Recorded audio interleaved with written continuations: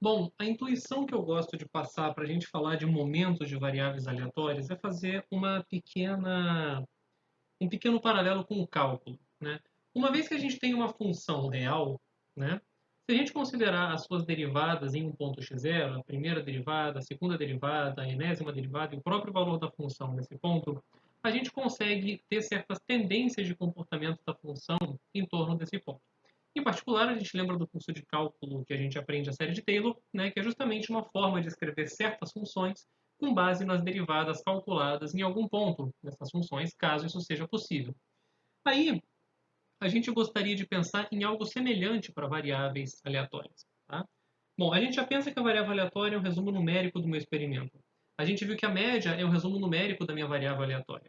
E se eu quiser outros resumos numéricos da minha variável aleatória? Quais resumos numéricos podem ser interessantes para o meu estudo das minhas variáveis aleatórias? Bom, Bom, inspirado por isso e por algumas questões físicas que a gente não vai entrar nesses detalhes, a gente define o que são os momentos de uma variável aleatória. Tá? Então a gente tem x, uma variável aleatória, e a gente pega um número k maior ou igual do que 1, que por simplicidade a gente assume que é um inteiro, mas não tem necessidade de ser inteiro. A gente define o momento de ordem k dessa variável aleatória como sendo o valor esperado de x elevado a k. Tá? Esse momento vai existir, né, quando o valor esperado do módulo de x elevado a k é finito. E no caso da variável aleatória ter média, né, ou seja, o primeiro momento dela existe, a gente pode definir o seu momento central, né, x menos a sua média elevado a k. E a gente chama o valor esperado do módulo de x elevado a k do momento absoluto de ordem k dessa variável aleatória. Tá? Bom, para a gente ter uma intuição bacana do que representam os momentos de uma variável aleatória, eu gostaria de trazer para vocês aqui alguns gráficos que eu fiz no GeoGebra para a gente entender. Tá?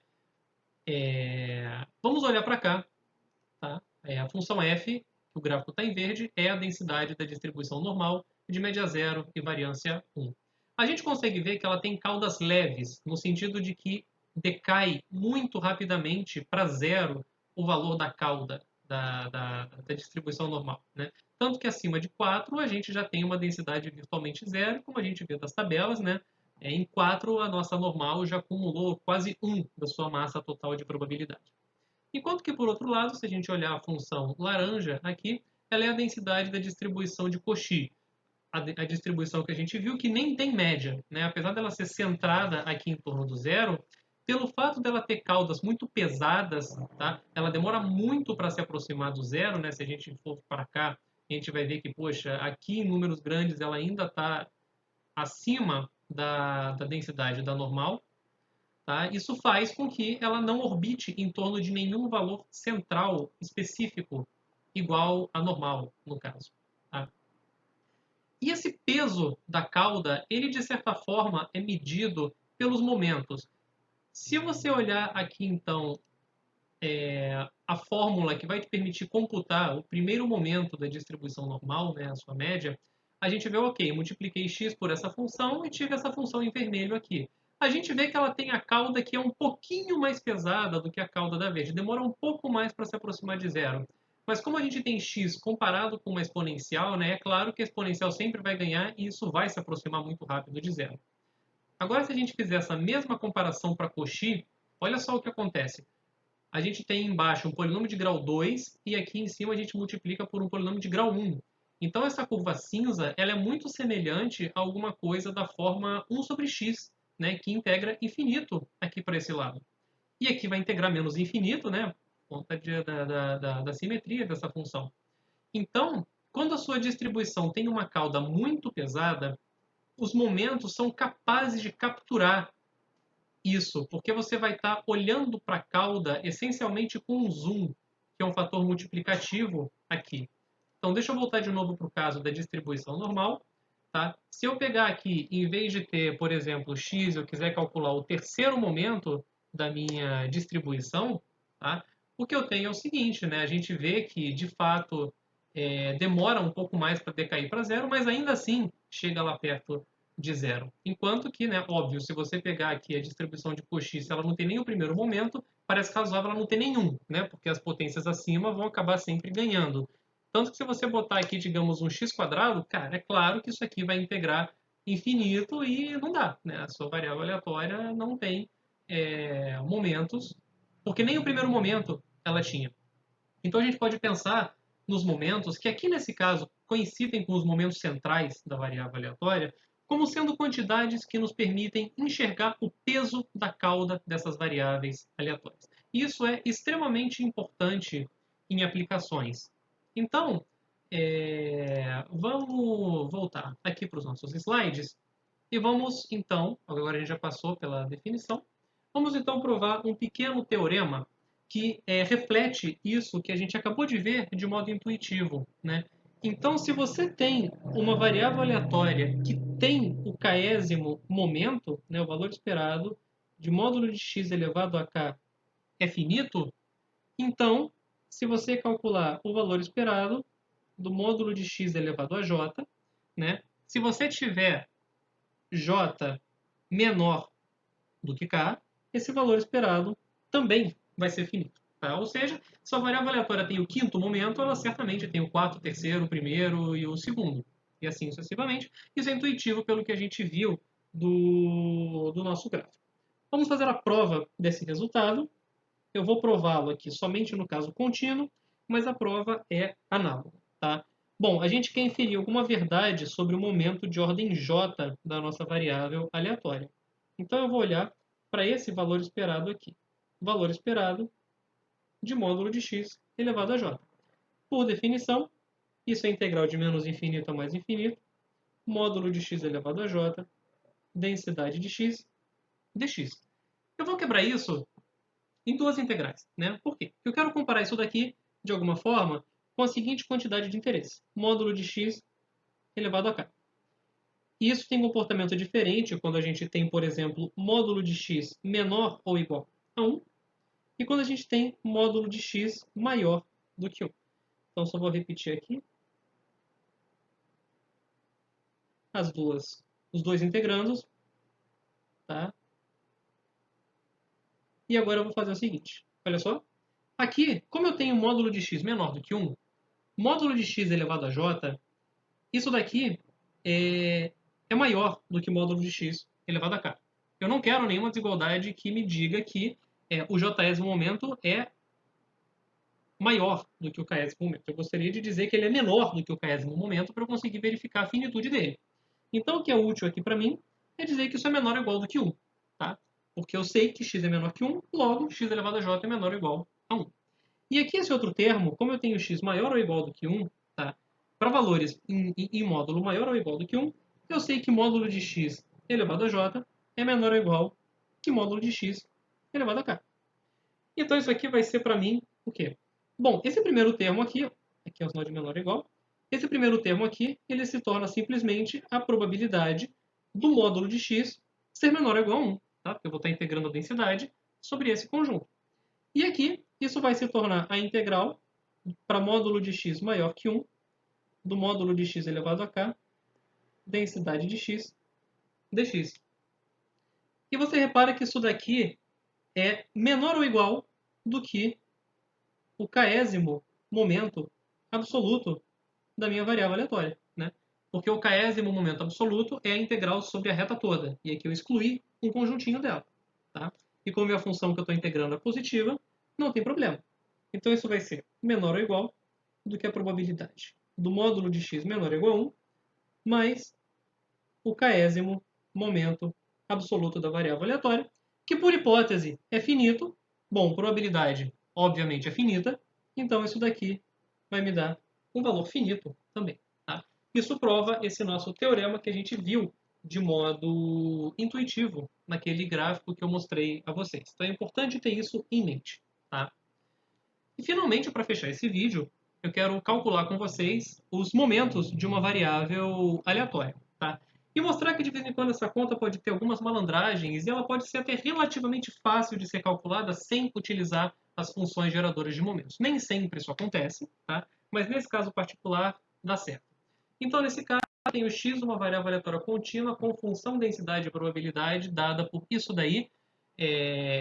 a gente está proibido nesse slide de falar que isso é uma distribuição normal de média 3, porque a gente quer calcular a média e os momentos centrais, sem fazer menção ao fato da minha distribuição ser normal.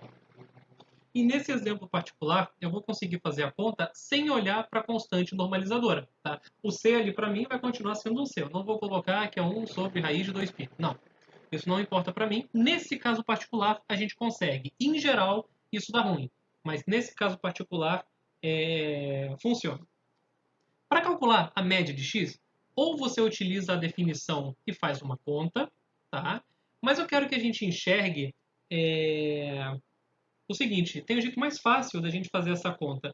Repara que essa variável aleatória ela é simétrica em torno do 3. Ou seja, a gente pode falar que x menos 3 tem a mesma distribuição de menos x menos 3. Tá? Ou seja, se eu calcular o simétrico dessa minha variável aleatória em torno do 3, essas duas coisas têm a mesma distribuição. Tá?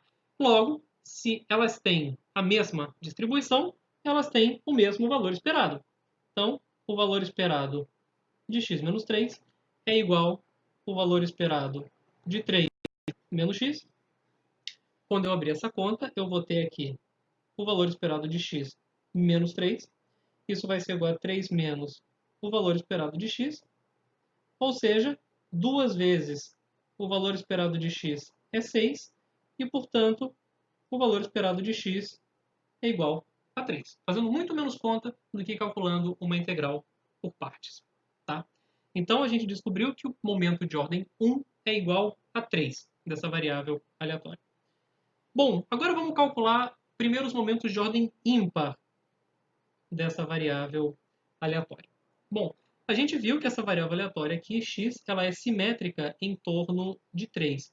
Mas repara que eu posso utilizar o mesmo raciocínio aqui e escrever o seguinte: se eu fizer x menos 3 elevado a um k que seja ímpar, isso tem a mesma distribuição que menos x menos 3 elevado a esse k ímpar. Tá? Isso não vale para k par, né? Porque o par ele certamente anula esse sinal negativo aqui na frente. Tá? Então isso vai ser menos x menos 3 elevado a k. Ou melhor, isso daqui, essa primeira informação também vale para k par, mas essa segunda aqui, desculpa, ela só vale para k ímpar. Né? Menos 1 elevado a ímpar dá um número ímpar também. Então, se a gente utilizar essa informação para calcular quem que é o valor esperado de x menos 3 elevado a k, né, que seria o késimo momento central dessa variável aleatória, isso vai ser o valor esperado de menos x menos 3 elevado a k, né? Ou seja, o valor esperado de x menos 3 elevado a k é igual a menos o valor esperado de x menos 3 elevado a k, usando a propriedade da linearidade do valor esperado. Um número que é igual a menos ele, certamente esse número é o zero. Tá? Então, para todos os momentos de ordem ímpar, a gente provou que esses momentos centrais eles são iguais a zero. E agora, para calcular os momentos centrais de ordem par dessa variável aleatória, aí não tem jeito, vamos ter que fazer uma continha mesmo. Vamos considerar, então, um k que seja igual a 2n, um número ímpar. O momento de ordem 2n, né, por definição, é o valor esperado de x menos 3 elevado a 2n. E agora, né, em algum momento eu tinha que usar a densidade dessa distribuição com toda a sua força. Então, isso é integral de menos infinito a mais infinito, x menos 3 elevado a 2n, que multiplica c, e elevado a menos x menos 3 ao quadrado sobre 2 dx. Ok? Eu vou fazer uma mudança simples aqui de variáveis, tá? Eu não quero escrever x menos 3 para sempre.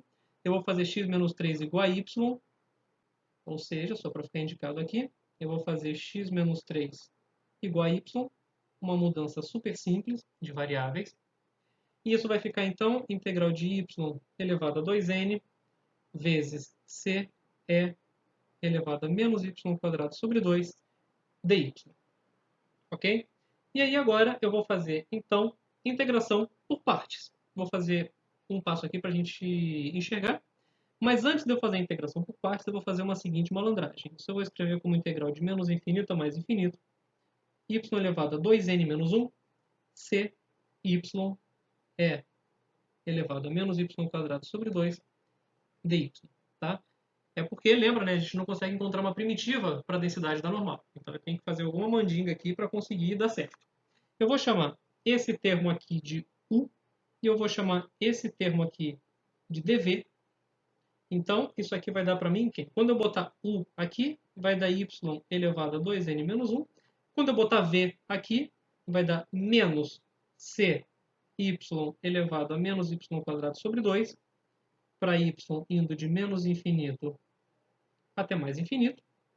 E o que vai sobrar aqui para mim vai ser a integral de menos infinito a mais infinito de du, que vai dar 2n menos 1 y elevado a 2n menos 2, vezes, aqui eu vou ter que pular para a linha de baixo, c é elevado a menos y quadrado sobre 2 dy. Quando você avaliar esse limite aqui, utilizando a regra de L'Hopital, tanto no mais quanto no menos infinito, ele vai dar zero. Então, isso aqui você vai poder escrever como se fosse justamente quem? Olha, isso daqui é 2n menos 1, que multiplica o momento de ordem 2n menos 2 da sua variável aleatória. Tá? Ou seja, é 2 vezes n menos 1, que multiplica o momento também par, né, de ordem 2 vezes n menos 1. Tá? E você pode, então, ver recursivamente quem são esses momentos. Tá? Se você olhar quem que é m0, m0 é justamente, né, você vai olhar aqui na definição que a gente fez e você vai fazer n igual a zero. Né? Logo, o que você vai ter é a integral da densidade. Integral menos infinito a mais infinito, né? X menos 3 elevado a zero, c é elevado a menos x menos 3 quadrado sobre 2 dx, que é 1, que isso é uma densidade de probabilidade.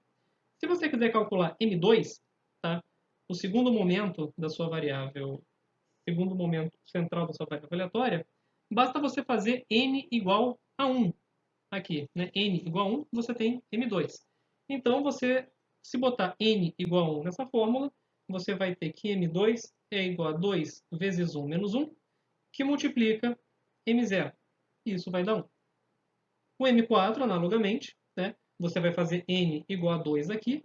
Então, isso vai dar m4 igual a 2 vezes 2 menos 1, que multiplica m2, que vai dar 3. E assim sucessivamente, você consegue escrever quem são todos os momentos pares da sua variável aleatória. Unido ao fato de que os ímpares são zero e que o primeiro momento é igual a 3, a gente conseguiu escrever todos os momentos dessa distribuição, tá? Fazendo relativamente pouca conta. Relembro que esse é um caso atípico. Em geral, dá um pouco mais de trabalho fazer isso, e é por isso que a gente introduz a função geradora de momentos, como a gente vai ver em breve.